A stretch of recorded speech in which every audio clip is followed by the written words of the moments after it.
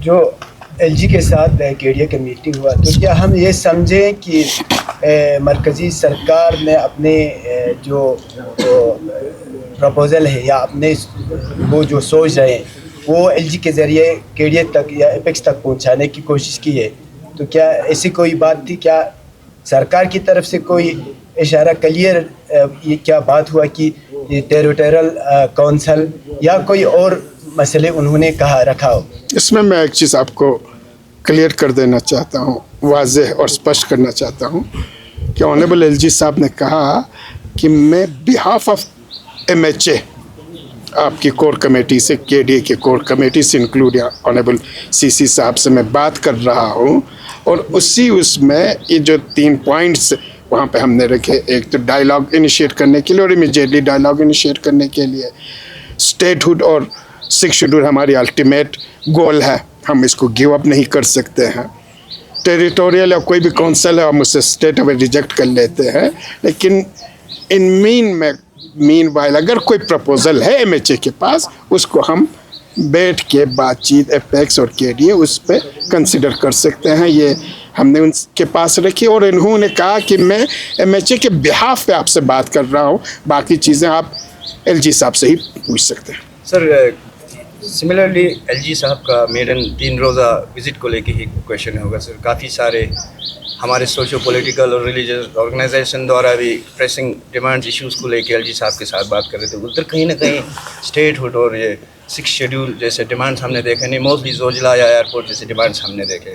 तो इसके अलावा भी जब कल हमारे साथी जनाब सईद साहब ने उनसे सवाल की स्टेटहुड और 6 शेड्यूल को लेके, उनका क्लियर कट ही था कि जब डायरेक्ट केडीए एपेक्स का कनेक्शन जब सेंटर से है, अगर मेरी कहाँ ज़रूरत पड़ी तो मैं इसमें हेल्प कर सकता हूँ। तो ओवरऑल इस मेडन 3 रोज़ा विजिट्स को आप किस तरह देखते हो?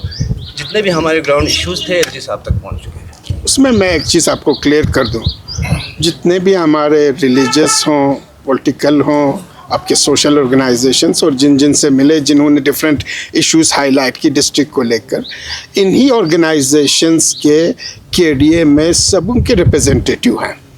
और ये जो रिप्रेजेंटेटिव यहाँ पे है, ये एक कलेक्टिव ओवरऑल लद्दाख के प्रेजेंट फ्यूचर, इनकी लैंड, इनके यंगर जनरेशन्स, कमिंग जनरेशन्स, उन सारी चीज़ों के किस तरीके से हमें सेफ गार्ड करनी है, प्रोटेक्शंस करनी है, और किस तरीके से हमसे छीना हुआ डेमोक्रेटिक राइट है उसे हासिल कर लेना है, उसको 4 पॉइंट एजेंडे की शक्ल में कॉमन प्रोग्राम बना के एमएचए के पास रखा है।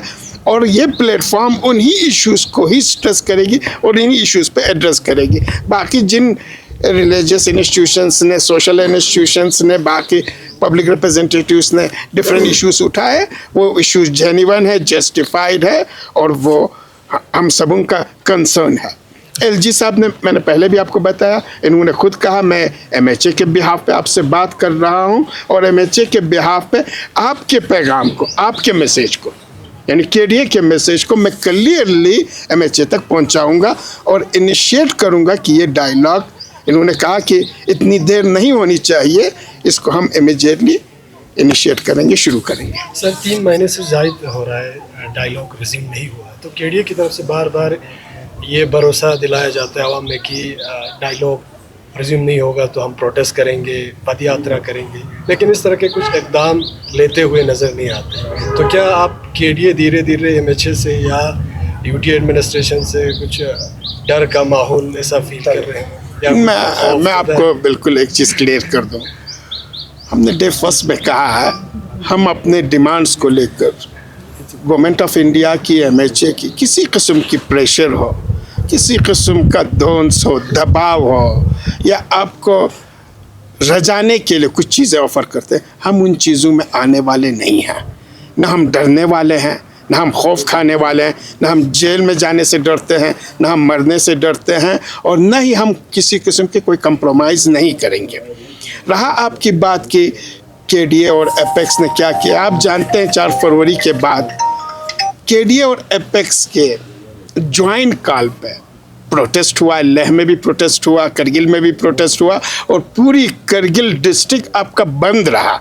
यानी ऐसा नहीं है, लेकिन चूंकि बार बार अभी मेरे साथी सज्जाद ने आपको बता दी, MHA की तरफ से बार बार रिक्वेस्ट की जाती है कि आप बंद न करें, आप मार्च न करें, आप धरना न दे दें, आप एजिटेशंस न करें, आप अनशन पे न बैठे, हम आपसे बातचीत करने के लिए ये मजबूर कर लेते हैं।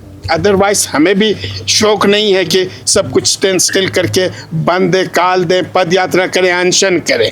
जब ये सारी चीज़ें अनसुना कर देते हैं, अभी आपने ही कहा 3 महीना हो गए, जो 10 दिन में बातचीत स्टार्ट हो जानी चाहिए 3 महीना लगा।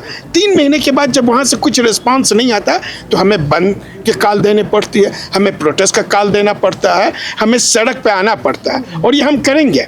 इसमें हम किसी के दोष दबाव, ये मैं आपके ज़रिए क्लियर कर देना चाहता हूँ, KDA और एपेक्स की लीडरशिप पहले से ये मन बना चुकी है कि हमें कुछ भी सहना पड़े, जेल में डालने का धमकी सहना पड़े, मरने की धमकी सहना पड़े, घर बार लूटने की धमकी सहना पड़े, सब कुछ हम सहन करेंगे, अपने एजेंडे से हाथ नहीं उठाएंगे और बिल्कुल खुले दिल के साथ बातचीत भी हम करेंगे। इसको किसी कमजोरी में आप बिल्कुल न ले लें। सर, 6 शेड्यूल और स्टेटहुड के को छोड़कर क्या KDA और एपेक्स ने कोई और अल्टरनेटिव अपने जगह पे बात की? अगर सरकार अगर UT लेजिस्लेचर की बात करे या इस किस्म के कोई अगर सरकार की तरफ से कोई, ये आपकी बातें हैं, हमने पहले ही स्पष्ट कर दिया है, वाजे कर दिया है कि हम स्टेटहुड और 6 शेड्यूल से हाथ उठाने वाले बिल्कुल नहीं है। ये हमारा अल्टीमेट गोल है और उसके लिए हम फाइट करते रहेंगे। अगर गवर्नमेंट ऑफ इंडिया की तरफ से कोई भी प्रपोजल आता है, except council, except territorial council, except regional council, वो किसी भी कीमत पे हम एक्सेप्ट करने वाले नहीं हैं। स्टेट अवे हम रिजेक्ट कर चुके हैं एपेक्स और KDA। उसके बगैर अगर कोई भी प्रपोजल्स आती है तो खुले मन के साथ, खुले दिल के साथ एपेक्स और KDA की लीडरशिप उस पर बात करेंगे। अगर लगे कि लद्दाख के एस्पायरेशंस को फुलफिल कर लेती है तो यकीनन उस पर हम सभी मिलकर कंसेंसस कर सकते हैं। सर, LHDC रिशफल को लेकर क्या अपडेट है? आपको डेट भी नज़दीक आ रहे हैं, वो जब प्लेटफॉर्म आ जाएगा उस प्लेटफॉर्म पे हम आपको बताएंगे। अभी फिलहाल ये KDA का प्लेटफॉर्म है, KDA से रिलेटेड कोई क्वेश्चन है, लद्दाख से रिलेटेड कोई क्वेश्चन है तो आप बता सकते हैं। लार्ज इंटरेस्ट पे स्टूडेंट्स अनएम्प्लॉयड की अगर हम बात करें तो उनका भी यही रिक्वेस्ट रहा है, कंप्लेंट भी रहा है। कारगिल डेमोक्रेटिक अलायंस जो है लिमिटेड अपने डिमांड्स के साथ साथ कोशिश करे कि अब रिक्रूटमेंट को काफ़ी इश्यूज़ आ रहे हैं, इनको एग्जामिनेशंस में काफ़ी इश्यूज़ आ रहा है, अनएम्प्लॉयड जनरेशन काफ़ी बढ़ रहा है। क्या आश्वासन देंगे सर हमारे यूथ्स को? हुसैन साहब, आप जानते हैं पिछले जो हमारा इस गुजरे 5 साल में से 3 साल हमारे एजुकेटेड अनएम्प्लॉयड यूथ्स के इश्यूज़ को लेकर, रिजर्वेशंस की इश्यूज़ को लेकर, रिक्रूटमेंट के इश्यूज़ को लेकर, रिजर्वेशंस में कितनी परसेंटेज होनी चाहिए उन इश्यूज़ को लेकर, गेस्टेड नॉन गेस्टेड के इश्यूज़ को लेकर KDA और एपेक्स ने बहुत ही वाज़ेह तरीके से उठा ली है। और अगर अभी आपको कुछ रिक्रूटमेंट होते नज़र आ रहा है गेस्टेड और नॉन गेस्टेड की, ये अकेले MHA का देन नहीं है या अकेले किसी और की देन नहीं है, ये एपेक्स और KDA की लगातार इस 5 साल की एफर्ट्स है। लेकिन अभी हम सेटिस्फाइड नहीं हैं, जिस तरीके से कर रहे हैं उससे टोटली हम सेटिस्फाइड नहीं है। लेकिन जो भी इनिशिएटिव उठाया जा रहा है और यहाँ पे आपको अपॉइंटमेंट्स की जो सर्टिफिकेट डिस्ट्रीब्यूट की जाती है वो सारे KDA और एपेक्स के ही इनिशिएटिव की वजह से है। और अनएम्प्लॉयड यूथ्स के इश्यूज़ को लेकर हम पहले भी सीरियस थे, कंसर्न थे और आज भी हैं, और उसको हम MHA के प्लेटफॉर्म पे उठा लेंगे। और इसमें जैसा कि KDA एपेक्स के एजेंडे में ये शामिल था, अभी इन्हीं के उसकी वजह से रिक्रूटमेंट का एक सिलसिला अभी शुरू हुआ है। आपका बात सही है, वक्तन फ़वक्तन जो प्रोसीजर में कभी एग्जामिनेशन में जो मसाइल आते हैं, प्रॉब्लम आता है, वो जब टाइम पे कौंसिल लेवल पे, हमारे लेवल पे जाता है, हम कोशिश करते हैं कि उनके जो इश्यूज़ है उसको रिजॉल्व करके उनके जो प्रोसीजर है वो सही तरीके से चला है। इसमें कौंसिल भी लगा है, हम भी लगे हैं। बातचीत की रिज्यूम में अगर ताख़ीर होता है, बातचीत ताख़ीर होता है तो आइंदा क्या लाहे अमल होगा? क्या हमारी एपेक्स लीडरशिप के साथ कल भी हमारी बात हुई, आज रात भी बात हुआ है। हम जॉइंटली डिसीजंस ले लेंगे और इसी तरह से जो भी जॉइंट डिसीजंस होगा वो आपको और पूरी लद्दाखी आवाम को बताया जाएगा।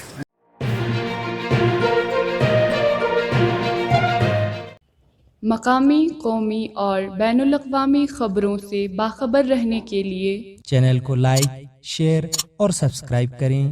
साथ ही बेल आइकन दबाना न भूलें।